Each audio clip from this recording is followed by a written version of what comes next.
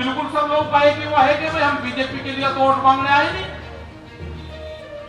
BJP को तो आपको वोट देना ही नहीं और दूसरे को आप देख लेना जिसको देना, जो आपको ठीक लगे उसको दे देना।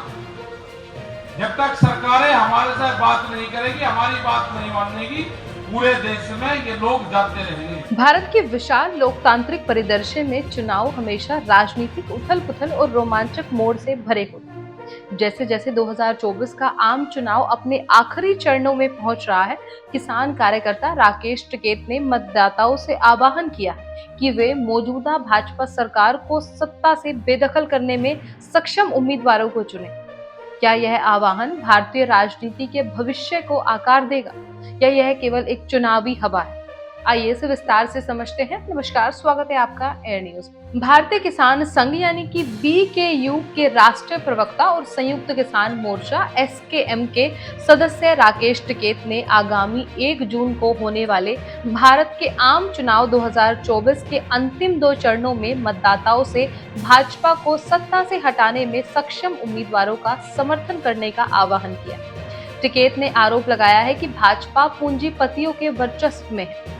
आपको बता दें कि 2024 के भारत के आम चुनाव 19 अप्रैल को शुरू हुए थे और अब तक 6 चरण पूरे हो चुके हैं। एक सोशल मीडिया पोस्ट में टिकैत ने कहा, अब चुनाव के केवल 1 चरण बाकी है। एसकेएम स्पष्ट रूप से कहता है कि आपको वही उम्मीदवार चुनना चाहिए जो भाजपा को हरा सकता है। यह भाजपा का शासन नहीं है, बल्कि पूंजीपतियों के एक गिरोह की सरकार है। इस गिरोह ने देश पर कब्जा कर लिया है और वह चुनाव लड़ रहा है, कोई भी उसका समर्थन नहीं कर रहा है। टिकैत ने मतदाताओं से भाजपा को हराने में सक्षम उम्मीदवारों का समर्थन करने का आह्वान करते हुए कहा है कि यह भाजपा का शासन नहीं, बल्कि पूंजीपतियों के एक गिरोह की सरकार है। इस गिरोह ने देश पर कब्जा कर लिया है और वह चुनाव लड़ रहा है, कोई भी उसका समर्थन नहीं कर रहा है। उन्होंने भाजपा के खिलाफ राजनीतिक रूप से मतदान करने की आवश्यकता पर जोर दिया।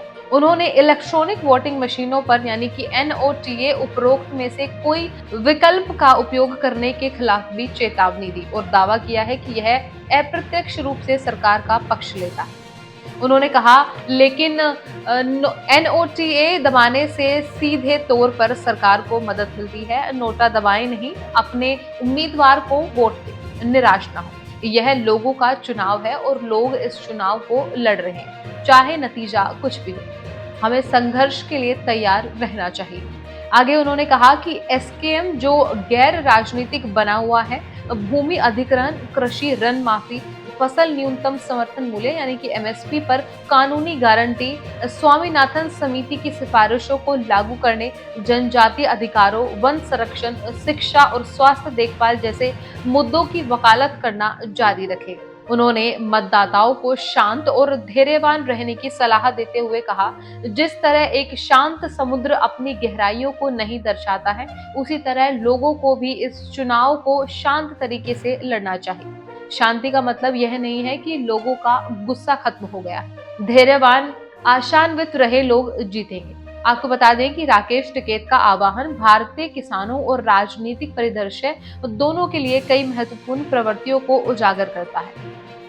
किसानों का बढ़ता असंतोष, टिकैत का आह्वान भारतीय किसानों के बीच व्याप्त असंतोष को दर्शाता है। मौजूदा कृषि संकट, बढ़ती लागत और कम फसल की कीमतों ने किसानों की आजीविका को गंभीर रूप से प्रभावित किया। किसान सरकार से अपनी चिंताओं को दूर करने और खेती को एक व्यवहार्य पेशा बनाने के लिए कदम उठाने की मांग कर रहे हैं। सरकार के खिलाफ सार्वजनिक भावना, किसानों का असंतोष सरकार के खिलाफ व्यापक सार्वजनिक भावना का संकेत। कई भारतीय नागरिक महंगाई, बेरोजगारी और भ्रष्टाचार जैसी समस्याओं से जूझ रहे हैं। टिकैत का आह्वान उन लोगों की हताशा को व्यक्त करता है जो मौजूदा व्यवस्था से निराश है और बदलाव चाहते हैं। राजनीतिक गतिशीलता में किसानों की भूमिका, भारतीय किसानों ने ऐतिहासिक रूप से राजनीतिक प्रक्रिया में एक महत्वपूर्ण भूमिका निभाई है। वे बड़े मतदाता समूह का प्रतिनिधित्व करते हैं और किसान आंदोलनों ने अतीत में राजनीतिक बदलाव को उत्प्रेरित किया है। टिकैत का आह्वान किसानों की बढ़ती राजनीतिक शक्ति और चुनाव के नतीजे को प्रभावित करने की उनकी क्षमता को रेखांकित करता है। चुनावी प्रतिस्पर्धा में तेज वृद्धि। टिकैत का आह्वान चुनावी प्रतिस्पर्धा में तेज वृद्धि की ओर इशारा करता है। विपक्षी दल भाजपा को सत्ता से हटाने के लिए किसानों का समर्थन जुटाने की कोशिश कर रहे हैं। इससे बहुकोणीय चुनाव हो सकते हैं, जिससे किसी एक दल के लिए बहुमत हासिल करना मुश्किल हो जाएगा। गैर पारंपरिक राजनीतिक नेताओं का उदय। टिकैत जैसे गैर पारंपरिक राजनीतिक नेताओं का उदय एक अन्य महत्वपूर्ण प्रवृत्ति है।